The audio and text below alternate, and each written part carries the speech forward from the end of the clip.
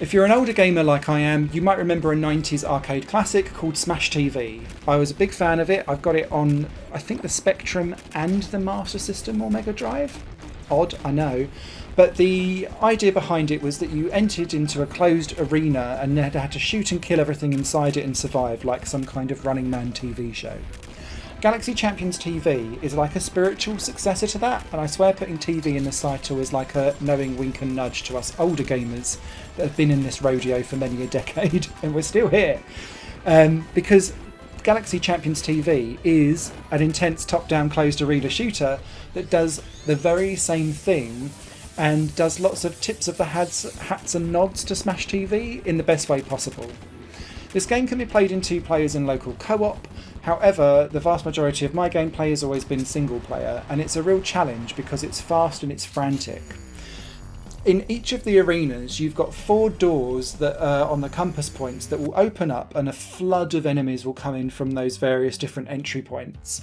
And depending on what weapons you've got at that particular time, you'll be trying to hold them off in various shapes and forms. It will start off quite simple with your basic gun, shooting away, and just kind of killing enemies randomly and collecting the white XP orbs that they leave behind. However, as enemies start to get more and more complicated, some of them will charge at you, some of them will leave like trails of gloopy gunge behind that will slow you down, which can then catch on fire and cause you problems. Some of them might have laser beams that they'll fire at you. Some of them might like spin around and then shoot out like massive orbs that go across the screen. Some of them are like mine bombs from like Final Fantasy that will just explode after a few seconds unless you get to them and kill them first. And so what you'll be doing is trying to prioritise who needs killing first so that you can keep the playing area as free from problems as possible, whilst also running around and trying to not be backed into a corner. The tightness of Galaxy Champions TV cannot be overemphasised. The game handles like really well and is fast and furious and precise. So weapons fire really quickly, your character moves quite quickly, but so do the enemies too, so you've really got to be on point as you like dive around the screen. And there is a dash that you can have which makes you marginally invincible for a few frames as you fire off into like out of trouble if you do get yourself cornered.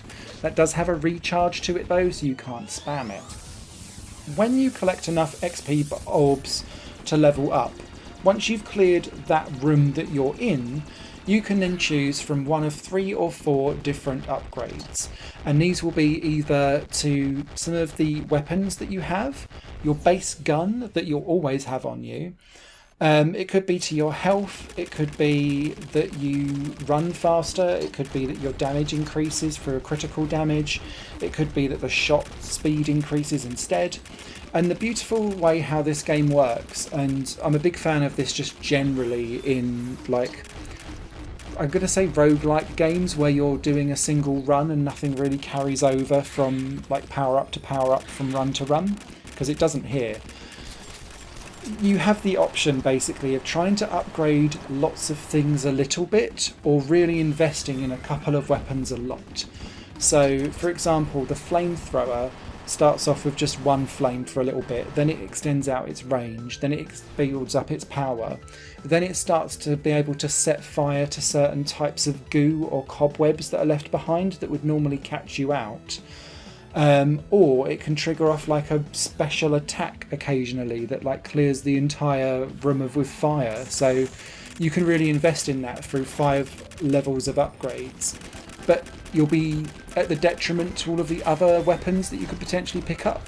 And because this game drops weapons very liberally, but their ammo is quite short, and again that's another thing that you can upgrade as well. What you'll be constantly doing is rotating around loads of weapons all the time. So it could be that you've got the missile launcher, and sometimes that can clear some of the like on-screen traps that are in rooms once you've upgraded it. Or it could be that it's just got a much more powerful like area of impact when it lands somewhere, so that can be quite useful. Or it could be that you've got the laser beam, and it's just that actually once you upgrade that to a certain level, the final level, is this all-powerful massive laser beam, but it's actually so powerful it pushes you backwards. So you have to make sure that you're not going to be pushed into enemies, and it almost becomes slightly of a detriment to itself because of how powerful it becomes. The game itself has 4 different difficulties initially. Easy mode gives you 99 lives to get to the end and almost acts like a tutorial. Indeed, it kind of, the trophy attached to it I think is like tutorial complete. And I was like, no, that was easy mode, thanks. Hard mode then gives you 3 lives to try and get through. Medium mode does, or normal. Then hard and like extreme only have like the 1 or 2. There's also a champions mode where the game loops round on itself as well. And it's all about like how long can you survive in the game. I've not been able to get through to a loop on this because it's like a one-hit death issue. So I'm like, help me please. So you have to be extremely good to be able to loop round on this game, particularly because the bosses, and in particular the very final boss, is really, really tricky to avoid all of their different attack patterns as they go. The bosses are, the first 3 are fun and interesting, but they have attack patterns that feel, I'm not going to say fair, but they're well telegraphed so that you can get out of the way of a lot of them. Whereas the 4th one is just a single other champion that you're running around with, but it's a mouthful to try and clear because it fires all kinds of things at you at such high speed, and that's normally what trips me up on the hard and extreme modes rather than the actual gameplay all the way up to there. There's global leaderboards for everything that you've got as well. There's also some stuff around trying to try each power up and each upgrade, and it will kind of light up a little selection of them as you go through the game. Found that quite interesting because it then forces you to try out different loadouts and different styles of play, which I think is always good to have. But this is a really fab arcade score chaser style of game because although the rooms are slightly different each time, they're almost identical.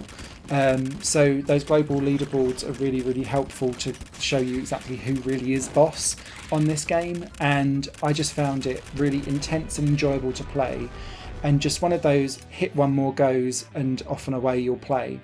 A run takes about 30 minutes to complete, so it's kind of succinct, and I would say that actually works in its favour because by design this game is quite repetitive, particularly if you're going to be doing repeated runs and you find the early levels and like first 2 worlds of this to be quite easy to get through because the difficulty ramps up as the more harder and trickier enemies come out in worlds 3 and 4, and that's usually where I start to run into trouble and lose my lives.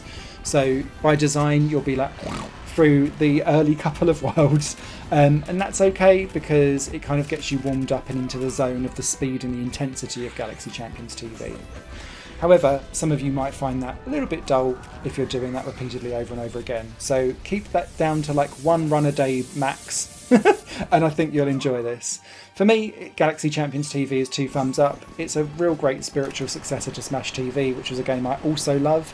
So yeah, if you're an older retro gamer like me who has big nostalgia for Smash TV, grab this one now, you will not regret it.